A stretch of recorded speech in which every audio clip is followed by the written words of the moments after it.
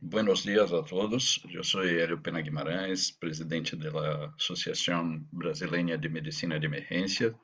Es un placer, es una honra estar acá hoy para hablar un poco sobre el neuromonitoreo en emergencias, que es una ventana de oportunidad para nosotros emergencistas. Gracias, Daniel, por tu invitación e graças a todos de la Federação Latino-Americana de Medicina de Emergências por poder compartilhar um pouco de conhecimento com nós este dia. Primeiramente, vamos falar de pontos chaves de la neuromonitorização. La neuromonitorização não invasiva, que é a monitorização mais aplicável à medicina de emergências, ela nos permite uma aproximação das situações e das condições hemodinâmicas e metabólicas cerebrais. Portanto, o neuromonitoreo nos permite que se possa prever os eventos adversos que podem acontecer com o paciente que não se tem uma monitorização adequada, mas pode-se evitar os eventos adversos que se tem normalmente com a neuromonitorização invasiva e que também nem sempre é possível de fazer no departamento de emergências. A neuromonitorização é reproduzível e é realizada no departamento de emergências. Esse é o ponto importante dessa discussão. Portanto, não vamos falar de coisas que não conseguimos fazer beira-leito diariamente em nossos departamentos. Para iniciar, vamos tentar discutir um pouco de los sistemas que nos permitem avaliar a hemodinâmica e o metabolismo cerebral de uma forma mais prática. Primeiro, então, vamos falar um pouco sobre a determinação da saturação jugular de oxígeno em el golfo jugular. Essa é uma técnica descrita por Gibbs em 1942. Essa é uma técnica que consiste em avaliar a sangue arterial periférica e a sangue venosa tomada em golfo de la jugular. Não se pode dizer que não é uma técnica verdadeiramente não invasiva, partindo do pressuposto que é necessário se canular a vena jugular. Pero é considerada ainda um pouco invasiva quando se compara, por exemplo, com os métodos que fazem a monitorização da pressão intracraniana invasiva. Se deve fazer, para fazer esta monitorização, se deve quantificar a relação de transporte e extração e consumo de elementos em nível cerebral, como, por exemplo, oxígeno, glucosa e lactato. A cateterização ela se faz de uma forma retrógrada à la jugular e se preferencialmente se escolhe o lado afetado em caso de lesões que são focais ou o lado direito quando se tem lesões difusas. A ponta do catéter deve estar delante da apófise mastoide e por cima do espaço intervertebral entre C1 e C2. Aqui se pode ver algumas imagens. Então, esta é a ponta do catéter, como se disse, por sobre o processo mastoide, entre C1 e C2. Para se fazer a inserção, durante muito tempo se havia a necessidade de fazer a inserção às cegas, pero hoje se pode fazer essa inserção de uma forma muito mais adequada, utilizando ultrassonido, por exemplo. E se posiciona desta forma, com uma punção a cerca de 30 graus e em direção à mastoide. Se percebe acá que quando se faz a monitorização de oxígeno do golfo jugular, os achados que se têm a partir do cálculo matemático da extração cerebral, que se faz reduzindo-se a saturação arterial periférica, menos a saturação venosa central, ou a saturação do golfo jugular, se pode ter os seguintes achados. Quando você tem uma saturação do golfo menor que 5,5 e que se considera normalmente entre 5,5 e 7,5. Menor que 5,5 se tem a hipoperfusão e acima de 7,5 se descreve como a hiperemia. Para a extração, se deve considerar o normal 24 hasta 40%. Quando se tem mais do que 40% de extração na hipoperfusão, quando se tem menos do que 24% de extração na hiperperfusão. E as condutas são as mais diversas, né? Nos casos de hipoperfusão se pode estabilizar a hemoglobina, a pressão arterial de oxígeno, a pressão arterial de gás carbônico, ou a pressão intracraniana, ou a pressão arterial média, se diminuir as demandas metabólicas na homoventilação. Quando se tem a hiperemia, se há aumento da pressão intracraniana, hiperventilação optimizada e descartar quadros sépticos. E se não há aumento, avaliar as lesões isquêmicas extensas, a alta afinidade de hemoglobina por oxígeno, contaminação extracranial e a morte encefálica. Uma outra forma de fazer também a monitorização, e que particularmente para nós é um método muito rico, porque nós, como emergencistas, apreciamos por demais este método, é a monitorização da hemodinâmica cerebral por ecografia Doppler transcranial. Este não é um método muito antigo, ele se começou a fazer esta monitorização convencional de Doppler transcranial a partir de 1982, com a descrição de Rune Aslak, e se faz a monitorização através do posicionamento dos transdutores em três ventanas. Temos uma ventana de exploração transtemporal, uma ventana transorbitária e uma ventana transoccipital. E se pode insonar os vasos cerebrais que constituem o polígono de Willis desta forma. Uma quarta ventana se pode avaliar também as artérias extracraniais. Que tipo de informação podemos ter, então, a partir da monitorização da hemodinâmica e metabolismo cerebral, utilizando a ecocardiografia ou a ecografia Doppler transcranial? Através de mensuração das velocidades máximas e de índices de pulsatilidade. Então, podemos fazer aqui, por exemplo, aqui se pode ver, nesta figura, uma velocidade máxima, o pico sistólico quando amarillo, de 157 centímetros em A, nesta primeira mensuração, e 112 centímetros por segundo em B. Uma velocidade mínima ou diastólica no círculo amarillo aqui de 67 em A e de 18 em B. Portanto, uma velocidade média de 100 em A e de 38 em B. O índice de pulsatilidade se calcula com a fórmula velocidade EVS sobre VD sobre VM de 0,90 em A e de 2,4 em B.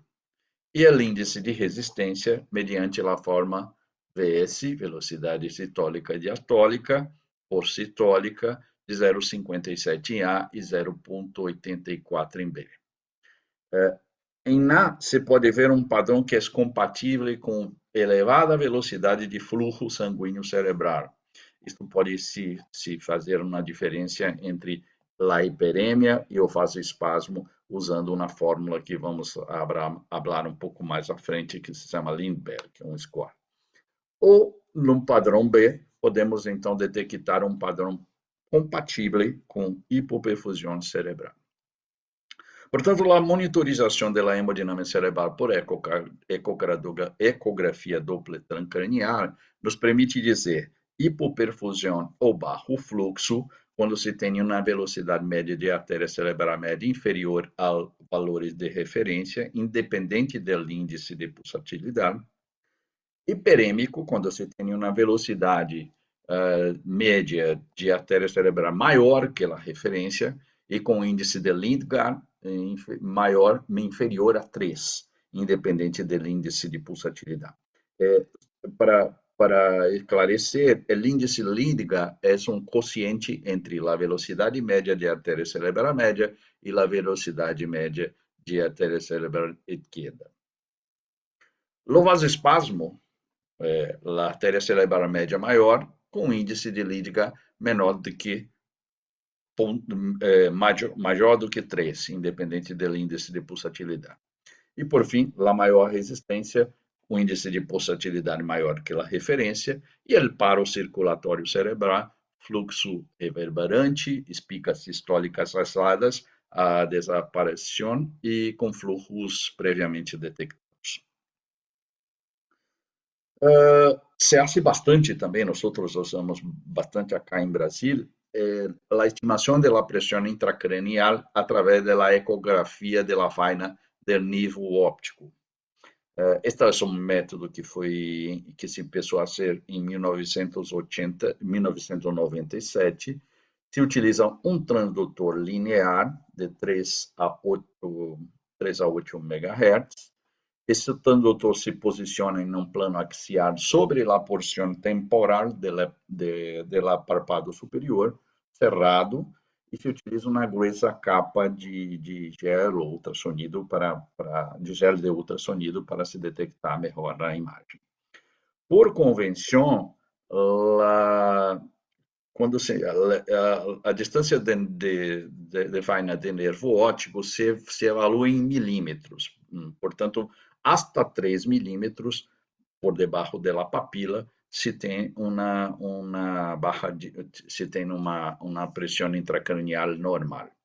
Se considera uma pressão intracranial elevada, se há proposto uma distância entre 5,7 e 5,9 milímetros.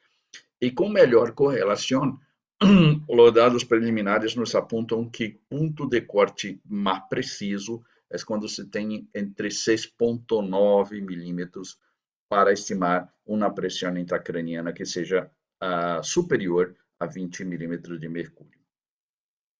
Então, acá um pouco sobre a técnica.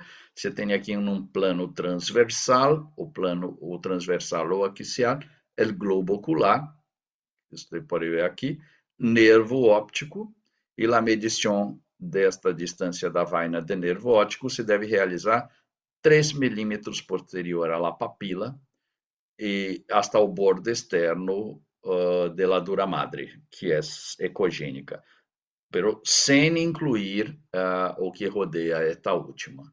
Esta seria, então, esta distância que estaríamos medindo acá, que nos daria a distância adequada de la vaina de nervo óptico.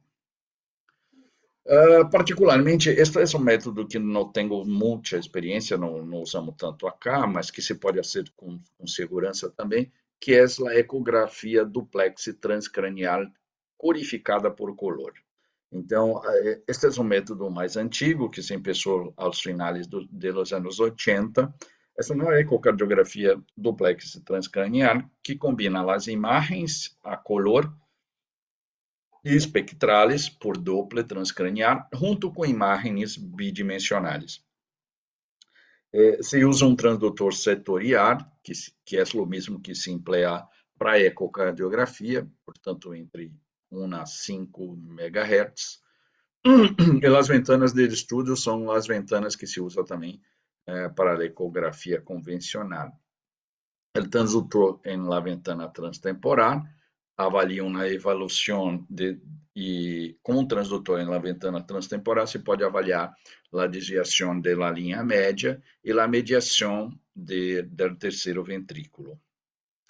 Então, para a desviação da linha média, primeiro se faz uma medida do centro do terceiro ventrículo, perpendicular à sua parede, hasta o início de las ultrassônico, que corresponde ao lado externo do crânio, é o que se chama de distância A.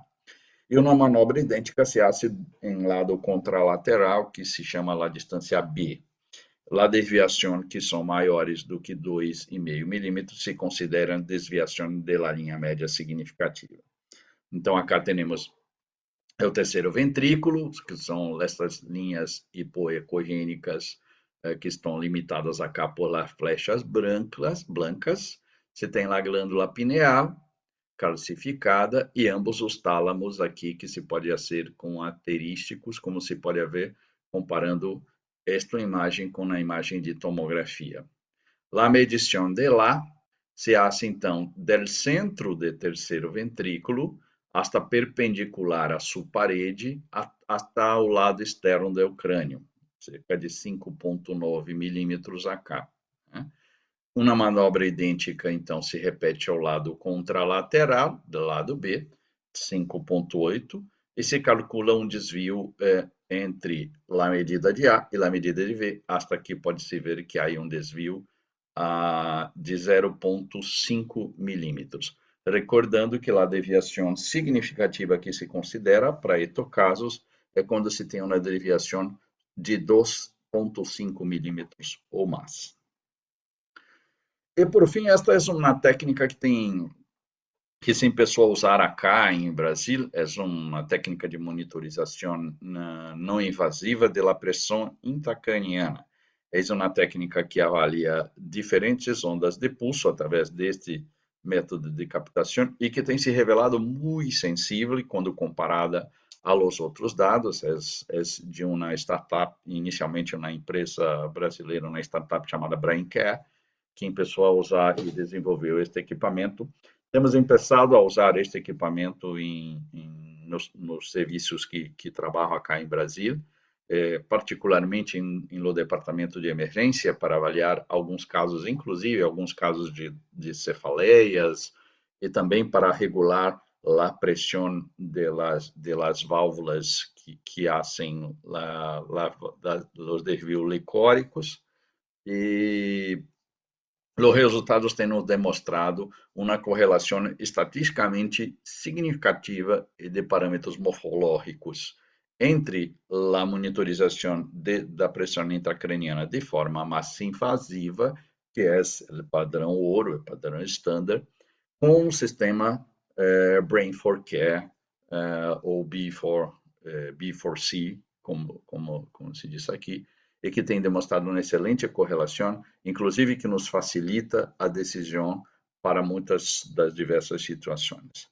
Em resumo, em nossa prática, usamos bastante acá em Brasil Doppler transcraniano, que se usa bastante, e aqui alguns emergencistas conseguem fazer esta monitorização com habilidade, com frequência, e acá também temos usado um pouco de Brain4Care, dependendo do serviço de saúde que temos, e também temos usado a medição da vaina de nervo óptico. Definitivamente, a monitorização da saturação jugular temos deixado muito mais para a monitorização em serviços de medicina crítica, não tanto em lo departamento de emergências. Uma vez mais, gostaria de agradecer muitíssimo esta invitação de Flame, dizer que, uma vez mais, é um prazer, é uma honra discutir e compartilhar conhecimento com todos vocês. Deixo meu contato, meu correio eletrônico pela Associação Brasileira de Medicina de Emergência e fico à disposição para questões por e-mail, em caso não consigamos estabelecer uma conexão para esta discussão ainda durante este programa. Um excelente simpósio a todos e graças por sua atenção.